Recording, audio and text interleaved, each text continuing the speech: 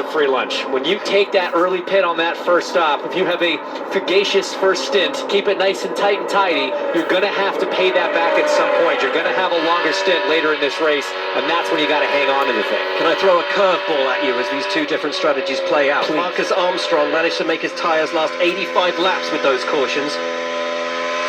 Can he do it on 2 stops? Cool. We're looking at 3 to 4. But if Armstrong can hold it for 85 with the cautions, that puts him potentially into a 2-stop window. Oh man, Dixon, it purely comes down to when those cautions fall and for how many laps they are. If it's a Dennis Hauger type caution where it's nice and short, that's probably not going to happen. But again, they've got to fall at just the right time. There you go. There you go. I love the coaching that Rasmussen gets from Packy Wheeler's spotter up on the top. Depends on your age and achievements, I think. I think so. Rasmussen guns it past Kiffin Simpson and continues on his way. We mentioned earlier Mick Schumacher with a slow stop. Georgia, what can you tell us? The reason Mick Schumacher had a slow stop is because one of the air guns broke during the pit stop. So since then, a team member has run all the way down to Graham Rahaal's pit and grabbed an extra one, but that was the reason for the slow pit stop. And he went from 11th to 22nd for Mick Schumacher. Well, disappointment for Mick and all of his fans, but what a thrilling race we have unfolding here today, not even at half distance. An absolute thrill ride. Scott Dixon leads from Felix Rosenquist. Dennis Hauger, the rookie, is third from Pato O'Ward. Then this wonderful fight between the Penskes, Newgarden ahead of Malukas and Rasmussen on a charge. Did 79 laps and Scott Dixon last pit. Looks like he has a good balance to the race car. Nobody knows how to make a tank of fuel last longer than this guy. It'll be interesting to see when they decide to come in for their second stop. I mean, at this point, I assume, correct me if I'm wrong, I'm assuming they're just hoping for a caution right now. Everyone's run enough laps that they're going to want to put tires on as well, and they're going to cycle to the lead. And if the caution doesn't come out, they're in trouble. They are. And here comes Rasmussen having a look at Malukas. Can it be little Dave's day?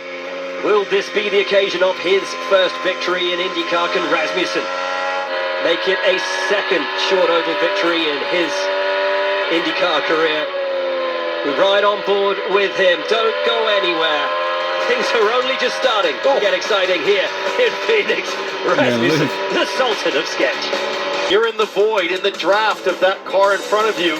You lose downforce, maybe as much as 30%, and that's where you start hunting around on the line and looking for clean air to pick up on the front of your race car. That affects the total downforce and thus the total grip of the car on the racetrack. Now that lead car can play some games, start moving around and anticipate where you might go. It can't be in reaction to, but you can play the wind, you can play the air for the car behind, and that's exactly what Pato O'Ward's doing right now with Rasmussen closing. The gap was 2.5 seconds, it's inches now as Rasmussen is all over the back of the race leader Pato O'Ward. We have seen this so many times, and he looks high now. Christian Rasmussen, Joey Logano almost jumps out of his skin, but that is the lead for Rasmussen.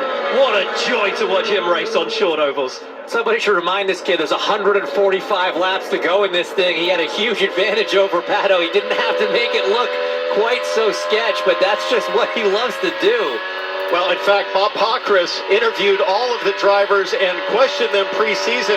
Who is the person? Nice and easy up to him and then just take care of him. Who is the driver? Right there. Who's the driver you're most worried to race against on track? Majority vote, Rasmussen. They said he was the one that they were most concerned about. As you see the vote there, the most sketch, James, Rasmussen took 13 votes over Grosjean. Now, Joey, you've seen something with Christian Rasmussen passing drivers to take the lead. Now you're about to see something totally different, which is Christian Rasmussen lapping cars. Because this guy does not hold back when he laps cars either. If anything, he takes even bigger risks. What do you make of what you're seeing out of this young man today? Yeah, absolutely. You see it here again. He is wheeling the heck out of this thing. We talked about it before the race started off here, the guts to brain ratio. He's got a lot of guts on that side of it for sure. He is making some big moves. He's got a fast car, right? But he's taking advantage of that. And look at this move. He looks to the bottom. No, never mind. I'm going to go to the top. Look how close that wing was to the rear tire. That was almost the end of his race right there. Amazing.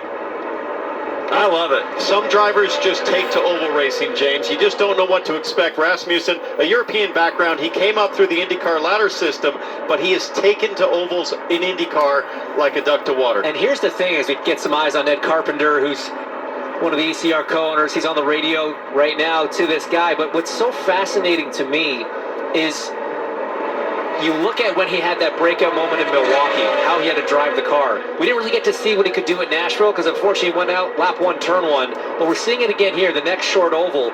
He's almost redefining how you have to drive these racetracks, how comfortable you have to be sideways. He is so much more loose. He's correcting so much more often than any other driver on the racetrack. But look at the speed that he has. If I'm out there, I'm thinking to myself, I'm rewatching this race tonight, and I'm thinking, all right, that's what you got to do to win at these racetracks. And Joey, you called the strategy perfectly after he made that early stop, made the tyre advantage work to get himself up there into the top 5, pitted with the leaders, now on the same strategy as them, and now into the lead. Another interested observer as Rasmussen's teammate Alexander Rossi makes a stop. I'm hearing Connor Zilic is loving this. Yes, Connor Zilic loving the show so far. He's a rookie in the Cup Series. You'll see him race tomorrow. Connor has raced and won in everything except for IndyCar. What do you think of the show you're seeing these guys put on? Yeah, it's been awesome to watch so far. The track's widened out a lot. I think we could take a little bit of credit for that. In practice we were able to move around, and it's awesome watching Christian Rasmussen do his thing. I was teammates with him in the Rolex 24 2 years ago, so I got to see firsthand how crazy he is behind the wheel, and it's cool to see him leading and enjoying the race so far. Inquiring minds want to know, is the Indy 500 in your future? I definitely want to do it eventually. One day. I've got a lot going on right now in the Cup Series, but it's certainly a bucket list item of mine.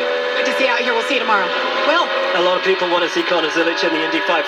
Great to know that he wants to see that as well. Riding on board with your race leader, Christian Rasmussen. Connor says he's crazy. Crazy sounds about right.